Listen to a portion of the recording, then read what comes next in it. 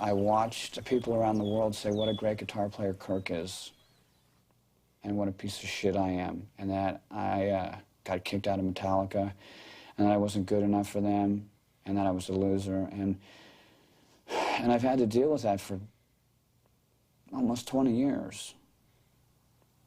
And it's a dreadful experience. It's been hard, Lars. It's been hard to watch everything that you guys do and you touch turn to gold, and everything I do fucking backfire.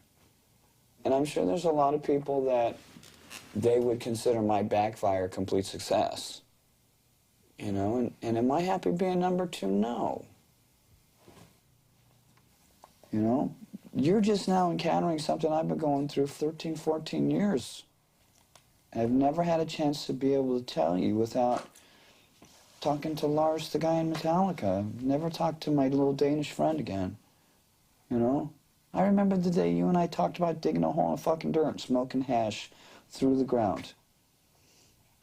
That to me is the stuff that's like, you know?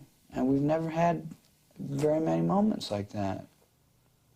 Do I feel some guilt? Yes, I do. But at the same time, it's difficult for me to comprehend that the only thing that you feel when you look back on the last 20 years is rooted in the Metallica thing. Okay. Have you ever thought what I've been through? I think I've had an awareness of the pain I caused you. That's not what I said. Okay. Do you have any idea of what I put you through? No. What I went through. I mean, people hate me because of you. You know, I walk down the street and I hear some piece of shit say, Metallica at me, and they do that to taunt me. I mean, when I would hear Metallica on the radio, I would be like, God, I have to turn this off because I just keep thinking, I fucked up. Right. I've been waiting for this day for a long time. You know, and by no means is it done because somebody else very important is not here. Right. Do I wish it was 1982 all over again and you guys woke me up and say, hey, Dave, you know what, you need to go to AA? Yeah.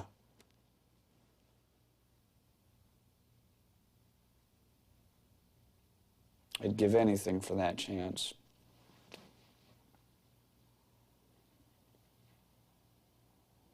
Is there any last words you want to say to everybody out there? Metal up your ass! Okay, thank you. This is Donna Davis, and this is Metallica. It's difficult for me to comprehend that the only thing that you feel when you look back on the last 20 years is rooted in the Metallica thing. Okay. I'll explain in as simple terms as I can, not to stultify you, but to just make it real easy. I had nothing, then I had everything, then I had nothing again. And it was okay going from nothing to everything to nothing, but then having someone stand on the back of my head and keep me underwater made it even harder for me.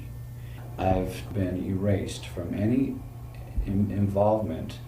The quotes that I was never meant to be in here anyways, I was just filling a spot, I was just a temporary guy, I was a fucking loser and a drunk, I got kicked out. All the horrible things that were said immediately after my firing.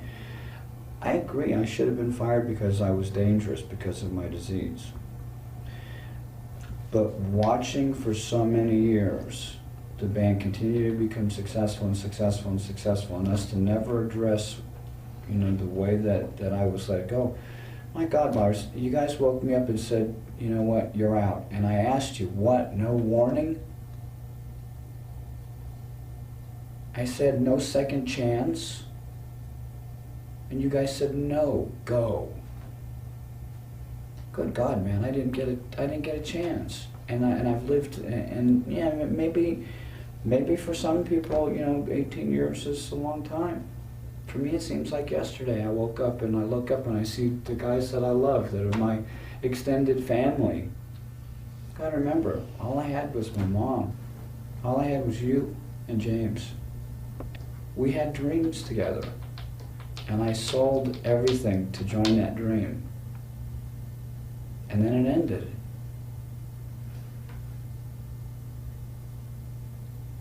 And I agree with you for doing what you did because of the nature of the disease. But don't kid yourself. What do you mean? I mean, there was ways to address, what was going on, with my problem.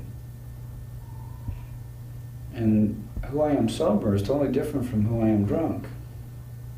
We never gave it a try. We never gave it a chance. Would it have worked? As much as I loved being with you guys, I'm sure it would have.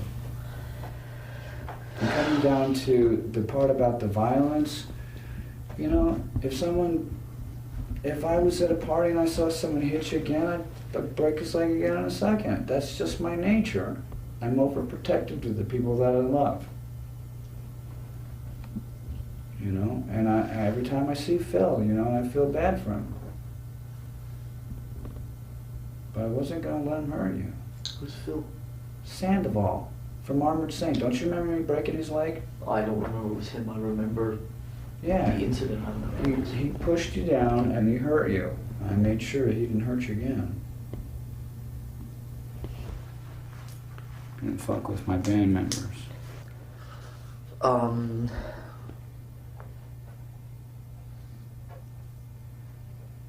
I had this clear vision, which I don't know if I've ever told you, but the night where we decided to let you go, a couple of days before we let you go, and we played some show, and me and you were just sitting there, and I think we were smoking some pot and being very mellow, and I just remember I had this clear vision of just being overwhelmed with sadness and emotion about what was about to go down literally like 8 hours after that.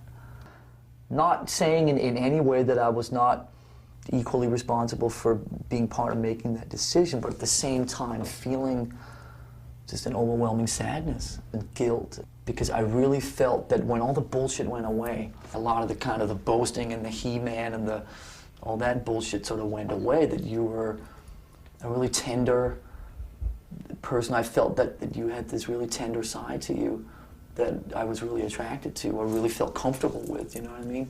And I think that's always been there. And that's why I think I sought you out.